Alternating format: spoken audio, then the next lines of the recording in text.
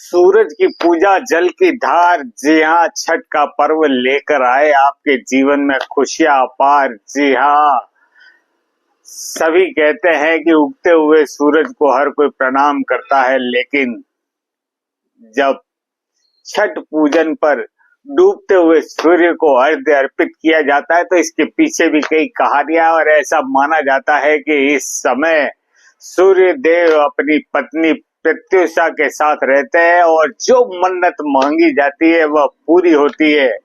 और दूसरे दिन यानी कि चौथे दिन जो अंतिम अर्घ्य अर्पित किया जाता है वो उगते हुए सूरज को। तो ऐसा माना जाता है कि इस दिन भगवान सूर्य देव की बहन उनके पास में आती है तो उनका स्वागत किया जाता है, और इसी के लिए और जब डूबते हुए सूर्य को अर्घ्य दिया जाता है तो आस्था श्रद्धा का प्रमाण है कि कई लोग रात्रि में वहीं तालाब के किनारे रहते हैं और सुबह अर्घ्य देकर घर लौटते हैं। और इधर व्रती लोग जो शाम को पूजन करते हैं वे सुबह पुनः उसी घाट पर आते हैं और उगते हुए सूर्य को अर्घ्य अर्पित करते हैं। और इन सब के पीछे दोस्तों कई कहानियां हैं, कई किस्से हैं, लेकिन हर त्योहार एक संदेश देकर जाता है, यानी कि अंधेरा आ रहा है तो फिर उजाला भी आएगा। तो छठ पर्व की एक बार फिर आपको ढेर सारी शुभकामनाएं। देखते हैं बांसवाड़ा में दाहोद मार्ग स्थित तालाब पर किस तरीके से लोग श्रद्धा के साथ, लगभग 2000 बिहारी परिवार बांसवाड़ा में रहते, तो इन लोगों ने भी किस श्रद्धा, उत्साह और उमंग के साथ छठ पर्व मनाया है।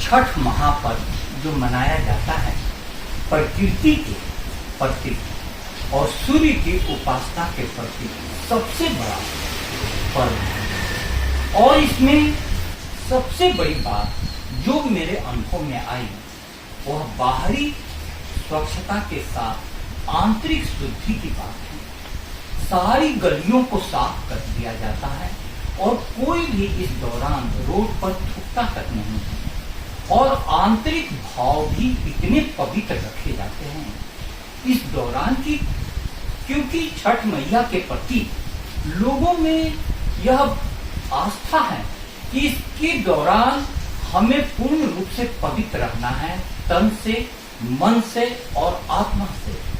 इस कारण से छठ पर्व के द्वारा बहुत बड़े प्रकृति संरक्षण का और सूर्योपासना का जो संदेश दिया जाता है वह संदेश इसको विश्वव्यापी पर्व बना सकता है। डूबते सूर्य की आराधना के साथ यह पर्व शुरू होता है और उगते सूर्य की उपासना के साथ समाप्त होता है। यह भी एक विशेष संदेश है जगत में कि जो भी बड़ी विभूति है उनको भी यदि अवसान और उदय उनके जीवन में भी आता है तो हम सभी के भी जीवन में यह क्षण आएंगे। यही इस पर्व की विशेष महिमा है।